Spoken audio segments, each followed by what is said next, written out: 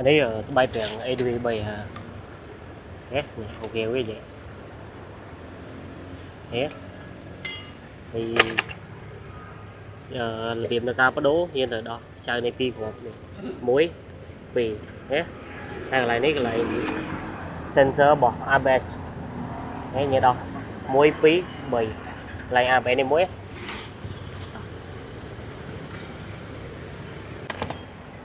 muốn dương đỏ ABS này xanh đó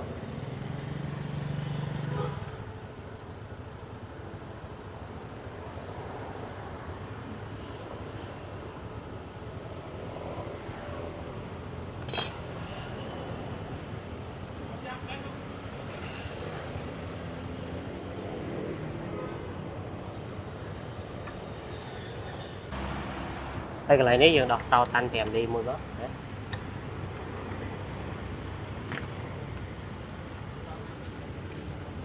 Lên trên đó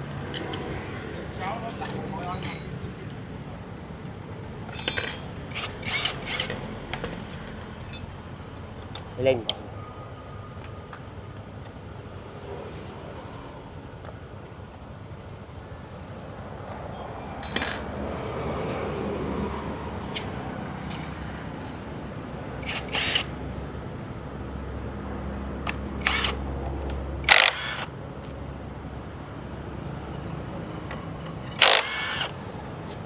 sao biết đọc sao pi hộp gì mất ok nè hay là dân đọc kìa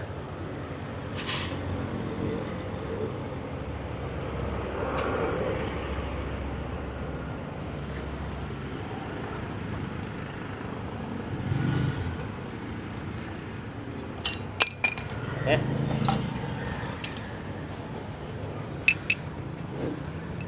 anh ấy cứ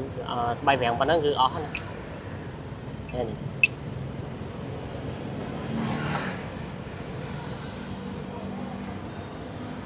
đang mình tê rồi nè mày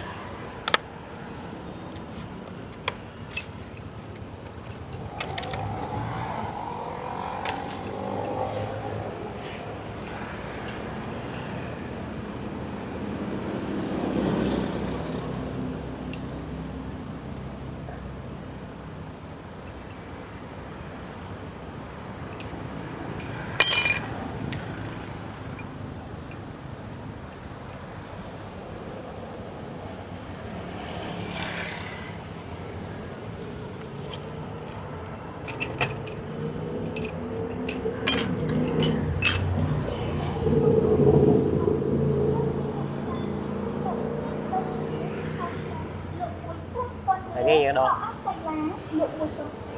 lấy đi những đồ về trình gì mất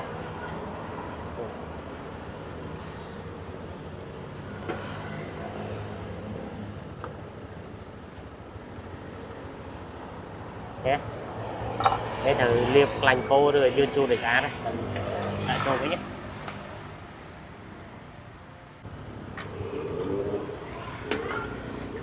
đấy như chu để xa nữa đấy.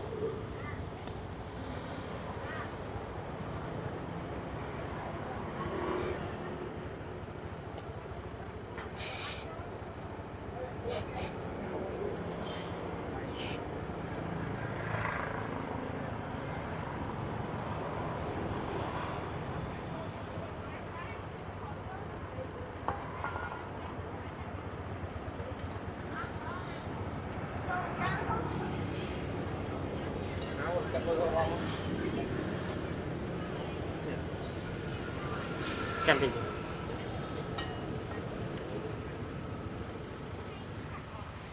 นี่cái này nóยังchua bia này đỏ bên trên mất thế thì cái này piston đấy dương sum an về sát cái lò với nó hơi chụp ảnh kìa xong rồi cái lá đấy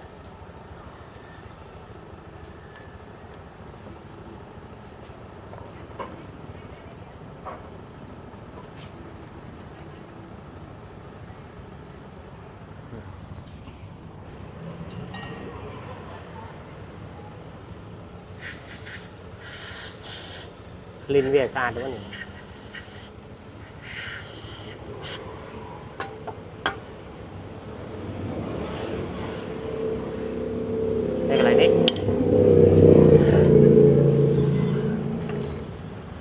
có phí có cho